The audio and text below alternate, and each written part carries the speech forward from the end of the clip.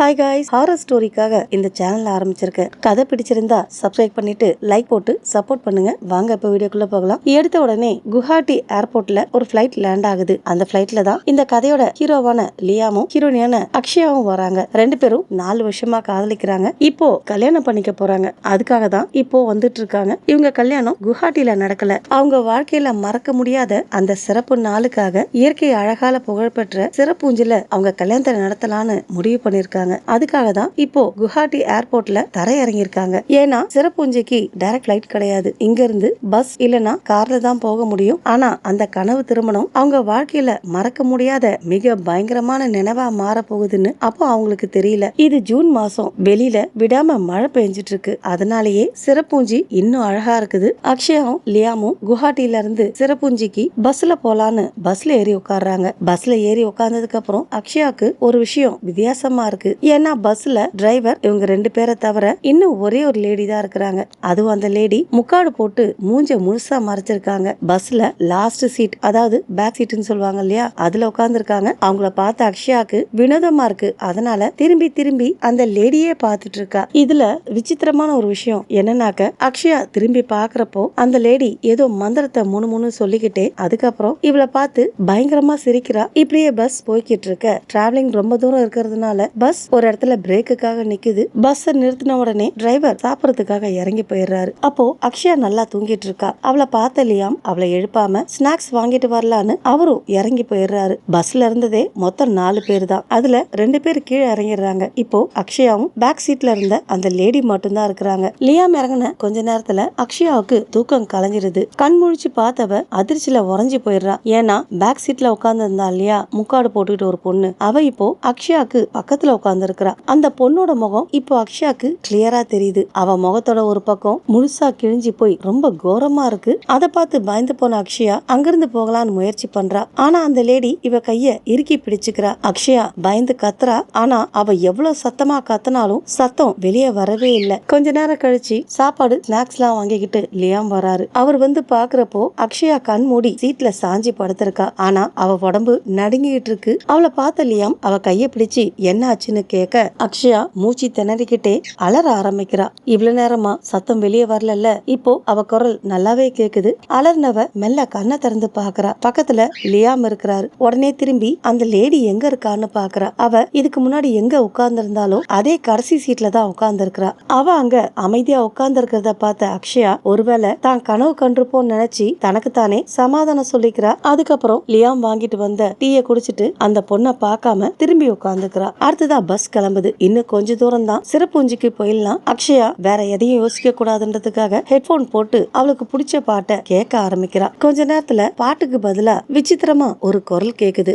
ஆரம்பத்துல ஒரு பொண்ணோட குரல் கிசு கிசுன்னு ஏதோ சொல்லுது. தெளிவா புரியல. அக்ஷயாவும் அந்த குரல் என்ன சொல்லுதுன்னு உத்து கேட்க ஆரம்பிக்கிறா. கேட்க கேட்க தான் அந்த குரல் நான் உன்னை உயிரோட விட மாட்டேன்னு சொல்லுது. தெல்ல தெளிவா புரிஞ்ச உடனே அக்ஷயா பயத்துல அலறிடுறா. அவ திடீர்னு அலர்னதை பார்த்து லியாமும் பதறி போயிடுறாரு. அதே சமயம் இவ திடீர்னு கத்தனதுனால டிரைவரோட கவனம் செதறி பஸ் கட்டுப்பாட்டை இழந்து ரோட்டு ஓரமா இருந்த ஒரு மரத்துல மோதி நின்னுடுது. சில நிமிஷம் கழிச்சு தன்னை சுதாரிச்சுக்கிட்ட டிரைவர் பஸ்ல இருக்க எல்லாரும் நல்லா இருக்கிறாங்களான்னு செக் பண்றாரு. அதிர்ஷ்டவசமா யாருக்கும் எந்த காயமும் ஏற்படல. ஆனா எல்லாருக்கும் புதுசா ஒரு அதிர்ச்சி காத்துட்டு இருந்தது. அது என்னன்னா, லாஸ்ட் ரோல முக்காடு போட்டுக்கிட்டு ஒரு பொண்ணு உட்கார்ந்துருந்தா இல்லையா, அவளை காணோம். எங்க போனானே தெரியல. மாயமா மறைஞ்சு போயிட்டு இருக்கா. அந்த நேரம் பார்த்து மழை அதிகமா பெய்ய ஆரம்பிக்குது. அதனால அக்ஷயாவும் லியாமும் அவங்க புக் பண்ணியிருந்த ரெசார்ட்டுக்கு சீக்கிரமா போகணும்னு முடிவு பண்றாங்க. அக்ஷயா லியாம் கிட்ட அவ பார்த்தது கேட்டதெல்லாம் சொல்லலாம்னு நினைக்கிறப்போ பஸ்ல இருந்தா இல்லையா அந்த பொண்ணு மலை உச்சில மழையில் நனைஞ்சிட்டு நின்னுட்டு இருக்கா. ஆனா இப்போ அவ கல்யாண ட்ரெஸ்ல இருக்கிறா. இன்னொரு பக்கம் லியாம் யாருக்கோ போன் பண்ணி ரெசார்ட்டுக்கு எப்படி போறதுன்னு வழி கேட்டுட்டு இருக்காரு. இன்னொரு பக்கம் மலை உச்சில நின்னுட்டு இருந்த அந்த பொண்ணை பார்த்த அக்ஷயா அவகிட்ட போக ஆரம்பிக்கிறா. அப்போ அந்த பொண்ணோட தலை மட்டும் திரும்பி அக்ஷயாவை பாக்குது. பார்த்த அடுத்த செகண்ட் அந்த பொண்ணு மலையில இருந்து கீழே குதிச்சிடுறா. அதை பார்த்த அக்ஷயா பயந்து அலறா. அவ சத்தத்தை கேட்டு ஓடி வந்த லியாம் என்னாச்சு ஏன் கத்துறன்னு கேட்க அக்ஷயா அழுதுகிட்டே நம்ம கூட பஸ்ல வந்த அந்த பொண்ணு இப்போ மலையில இருந்து கீழே குதிச்சிட்டான்னு சொல்றா. லியாமுக்கு ஒன்னும் புரியல. எந்த பொண்ணை பத்தி சொல்ற? அந்த பஸ்ல நாம 2 பேர் டிரைவரை தவிர வேற யாருமே இல்லன்னு சொல்றாரு. அதை கேட்ட அக்ஷயா அதிர்ச்சியில உறைஞ்சு போயிடுறா. அக்ஷயா லியாம் கிட்ட ஏதோ சொல்லலாம்னு நினைக்கிறப்போ ரிசார்ட்ல இருந்து இவங்களை கூட்டிட்டு போறதுக்கு ஆள் வந்துடுது. அதனால அவளால சொல்ல முடியாம போயிடுது. அடுத்ததா ரெண்டு பேரும் ரெசார்ட்ல இருந்து வந்த கார்ல ஏறி ரெசார்ட்டை நோக்கி போய்கிட்டு இருக்க. ஆனா போற வழி முழுக்க அக்ஷயா பார்த்தா இல்லையா, அதே நினைச்சு பார்த்து பயந்துகிட்டே போறா. ரெசார்ட்டுக்கு போனதுக்கு அப்புறம் அக்ஷயா கொஞ்ச நேரம் ரெஸ்ட் எடுத்துட்டு அதுக்கப்புறம் லியாம் கிட்ட இது வரைக்கும் அவ என்னெல்லாம் பார்த்தாலோ என்னெல்லாம் கேட்டாலோ அதை எல்லாத்தையும் அவங்க கிட்ட தெளிவாவும் விவரமாவும் சொல்றா. அதை கேட்ட லியாம் கல்யாண டென்ஷனாலதான் உனக்கு இப்படி எல்லாம் தோணுது, வேற எதுவும் இல்லன்னு அவளை சமாதானப்படுத்துறாரு. இதுக்கு மேல அக்ஷயாவுக்கு லியாம் கிட்ட என்ன சொல்றதுன்னே தெரியல. அதனால அந்த விஷயத்த அப்படியே விட்டுறா. இன்னும் 2 நாள்ல இவங்களுக்கு கல்யாணம். அதனால இந்த விஷயத்த மறந்துட்டு கல்யாண வேலையில முழுகிடுறாங்க. மறுநாள் அவங்களோட ஃப்ரெண்ட்ஸும் ஃபேமிலி மெம்பர்ஸும் ரெசார்ட்டுக்கு வராங்க. அன்னைக்கு மெஹந்தி ஃபங்க்ஷன் ரொம்ப சந்தோஷமாவும் கொண்டாட்டமாவும் இருக்குது. அக்ஷயாவும் நேத்து நடந்த எல்லாத்தையும் மறந்துட்டு ரொம்ப சந்தோஷமா இருக்கா. ஆடி பாடி முடிச்சதுக்கு அப்புறம் கடைசியா மருதாணி போட்டுக்கிறதுக்காக உட்கார்றா. கையில மெஹந்தி போட்டுக்கிட்டே சுத்தி இருந்த எல்லாரும் ஆடி பாடி சந்தோஷமா இருக்கிறத பார்த்து ரசிக்கிறா. அப்போ திடீர்னு அவளோட ஒரு கை எரியற மாதிரி இருக்கு. கைய பார்த்தாக்க மெஹந்தி போட்டிருந்த இடம்லாம் சின்ன சின்னதா புண்ணு உருவாகுது. அதை பார்த்து பயந்து போன அக்ஷயா கைய இழுக்க பாக்குறா. ஆனா மெஹந்தி போட்டிருந்த பொண்ணு அவளோட கைய இறுக்கமா பிடிச்சுக்கிட்டு எதுவும் நடக்காத மாதிரி தொடர்ந்து மெஹந்தி போட்டுக்கிட்டே இருக்கிறா. அப்போ அந்த பொண்ணோட முகத்தை பார்த்த அக்ஷயா அதிர்ச்சியில உறைஞ்சு போயிடுறா.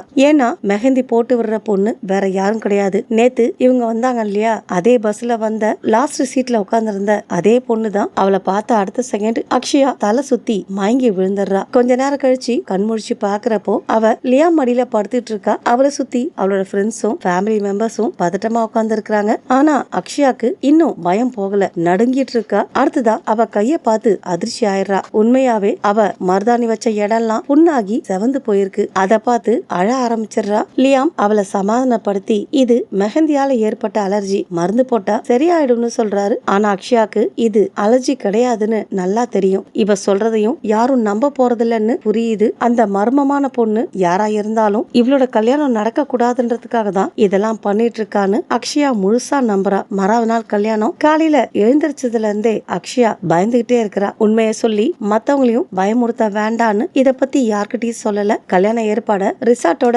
விருந்து மண்டபத்துல ரெடி பண்ணிருக்காங்க. அந்த மண்டபத்தோட ஒரு பக்கம் முழுக்க பெரிய கண்ணாடி ஜன்னல் இருக்குது. கல்யாண ட்ரெஸ்ல அக்ஷயாவும் லியாமும் ரொம்ப அழகா இருக்கிறாங்க. ரெண்டு பேரும் மண்டபத்துல ஏறி உட்கார்ந்த சில நிமிஷத்துல கரண்ட் கட் ஆயிடுது. மண்டபம் முழுக்க இருட்டுல மூழ்கி போயிட ஹோம குண்டத்துல இருந்து வந்த நெருப்போட வெளிச்சம் மட்டும்தான் இருக்குது. அங்க அதிகமா மழை பெய்யறதுனால கரண்ட் கட் ஆகாததெல்லாம் சாதாரண விஷயம். அதனால பூசாரி எந்த தடையும் இல்லாம மந்திரத்தை தொடர்ந்து சொல்லிட்டு இருக்காரு. அப்போ அக்ஷயா கண்ணுக்கு லியாம் பின்னாடி யாரோ உட்கார்ந்து இருக்கிற மாதிரி தோணுது. அதனால மெதுவா திரும்பி பார்க்க அதிர்ச்சியில உறைஞ்சு போயிடுறா. கல்யாண ட்ரெஸ்ல அந்த முக்காடு போட்ட பொண்ணு லியாம் கையை பிடிச்சுக்கிட்டு அவனுக்கு பின்னாடி உட்கார்ந்து இருக்கிறா. ஆனா லியாமுக்கு அவ கையை பிடிச்சிட்டு இருக்க உணர்வே இல்ல, ரொம்ப சாதாரணமா இருக்கிறாரு. அத பார்த்த அக்ஷயாவுக்கு இவளுக்கு பிரம்மையோன்னு தோணுது. அப்ப ஐயர் லியாம அக்ஷயா நெத்தில குங்குமம் வைக்க சொல்றாரு. லியாமால கைய தூக்கவே முடியல. அங்க என்ன நடக்குதுன்னு புரிஞ்சுக்கிறதுக்குள்ள ஒரு பக்கம் கண்ணாடி ஜன்னல் இருந்தது இல்லையா, அதெல்லாம் ஒவ்வொன்னா உடைய ஆரம்பிக்குது. அப்போ லியாமோட உடம்பு கட்டுப்பாடு இல்லாம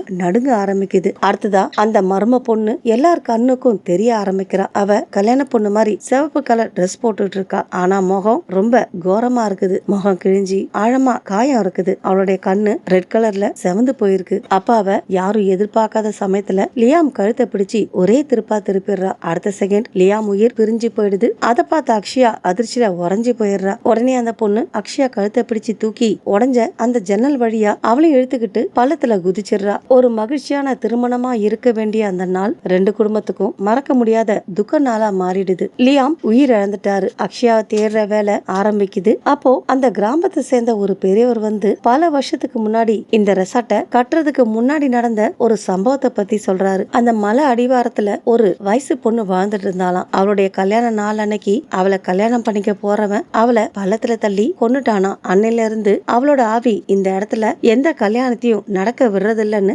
மக்கள் நம்புறாங்களாம். யாராவது திருமண மண்டபம் வரைக்கும் வந்துட்டாலே அவங்களோட உயிரை பறிச்சிருமா. இந்த ரெசார்ட்ல நடக்கிற கல்யாணம் இதுதானா. அதனாலதான் இந்த கதைய ரெசார்ட்ல இருக்கவங்க யாரும் பெருசா எடுத்துக்கல. 2 வாரம் கழிச்சு மலைக்கு கீழே இருந்த காட்டு பகுதியில அக்ஷயாவுடைய உடல் கிடைக்குது. அவளோட கழுத்தை தாலியால இறுக்கி கொண்டு இருக்கிறாங்க. சோ அந்த மர்ம பொண்ணு அவ சொன்ன மாதிரியே இவங்க கல்யாணத்தை நடக்க விடாம 2 பேர் உயிரையும் பறிச்சுட்டு போயிட்டு இருக்கா. இதோட தான் இந்த கதை முடியுது. ஓகே ஃப்ரெண்ட்ஸ், இந்த வீடியோ உங்களுக்கு பிடிச்சிருந்தா நம்ம சேனல் லைக் பண்ணுங்க, ஷேர் பண்ணுங்க. தேங்க்ஸ் ஃபார் வாட்சிங்.